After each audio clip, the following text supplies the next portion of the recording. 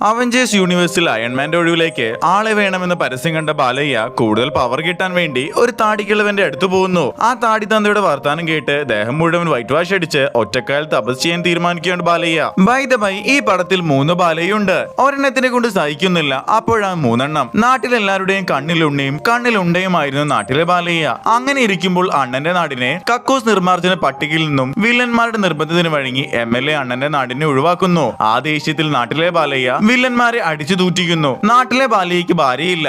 ആകെയുള്ളത് ഒരേ ഒരു മകളാണ്. അവളാണെങ്കിൽ 17 വയസ്സിൽ തന്നെ സയന്റിസ്റ്റ് ആണ്. ആരുടെയാ വിത്ത്?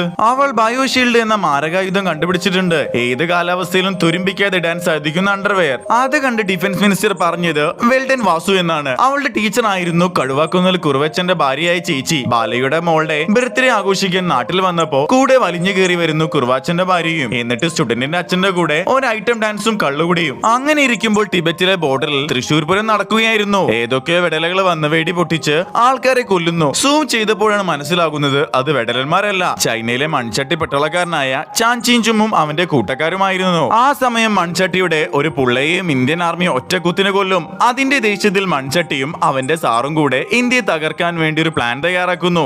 അത് പ്രകാരം നമ്മുടെ മാർക്കോ സൈറസിനെ ചാംചീഞ്ചും ടീമിലെടുക്കുന്നു. 7ാം അറിവ് കണ്ട് ഇൻസ്പയർഡ് ആയ മൺചട്ടി ചാംചീഞ്ചും ഒരു വൈറസ് എടുത്ത് നമ്മുടെ സൈറസിന്റെ അടുത്ത് കൊടുക്കുന്നു. ആ വെടലൻ അത് കുംഭമേള നടക്കുമ്പോൾ ഗംഗാനദിയിൽ ഒഴുക്കുകയും അവിടെയുള്ള ആളുകൾക്ക് വൈറസ് പകരുകയും ചെയ്യുന്നു. അതോടെ നമ്മുടെ ഇന്ത്യക്കാരുടെ വിശ്വാസം ഇല്ലാതെയാക്കി. ആ വൈറസ് നീക്കം ചെയ്യാൻ നമ്മുടെ ബാലയുടെ മകൾ മഞ്ഞപ്പൊടി ഗോമൂത്രത്തിൽ ചാലിച്ച വെള്ളവും കൊണ്ട് മരുന്നുണ്ടാക്കുന്നു. അത് നമ്മുടെ കുറുവാച്ചന്റെ ഭാര്യ അപ്രൂവും കൊടുക്കുന്നു. അങ്ങനെ ആ ടൈമിൽ സൈറസിന്റെ ആൾക്കാർ വന്ന് മഞ്ഞപ്പൊടി വെള്ളം തട്ടിയെടുക്കാൻ നോക്കിയപ്പോൾ കടുവാക്കുന്നൽ കുറുവച്ചന്റെ ഭാര്യ വില്ലന്മാരെ തിരിച്ചടിക്കാൻ നോക്കിയെങ്കിലും വെടികൊണ്ട് ആ പാവം സെത്തുപോയി. വെടികൊള്ളാനും ഐറ്റം ഡാൻസ് കളിക്കാനും വണ്ടി കയറിയവൾ. ആ സമയത്ത് ബാലയുടെ മോൾ ആ മരുന്നുമായി ഓടി പെണ്ണ് എത്തിയത് നമ്മുടെ ബാബുസ്വാമിയുടെ ഗുഹയ്ക്ക് പുറത്ത്. അപ്പൊ അതാ സൂപ്പർ പവർ കിട്ടി മാർവലിനെ ഇന്റർവ്യൂ വെയിറ്റ് ചെയ്യുന്ന ബാബുസ്വാമി പുറത്തേക്ക്. എന്നിട്ട് അറിയാലോ, ബാലയുടെ തൂറ്റിക്കൽ വെറൈറ്റി തൂറ്റിക്കലാണ്. കണ്ണ് തട്ടാതെ ഇരിക്കാൻ ഒരാളെ വെച്ച് ബാബുസ്വാമി ആ പെണ്ണിന് ഒഴിഞ്ഞു കൊടുക്കുന്നു. പിന്നെ ഗജേന്ദ്ര തൂറ്റിക്കൽ, അമിക്ക് തൂറ്റിക്കൽ, കറക്ക് തൂറ്റിക്കൽ, അങ്ങനെ പല വെറൈറ്റി തൂറ്റിക്കൽ. അറിയാലോ, വെടലനാണ്.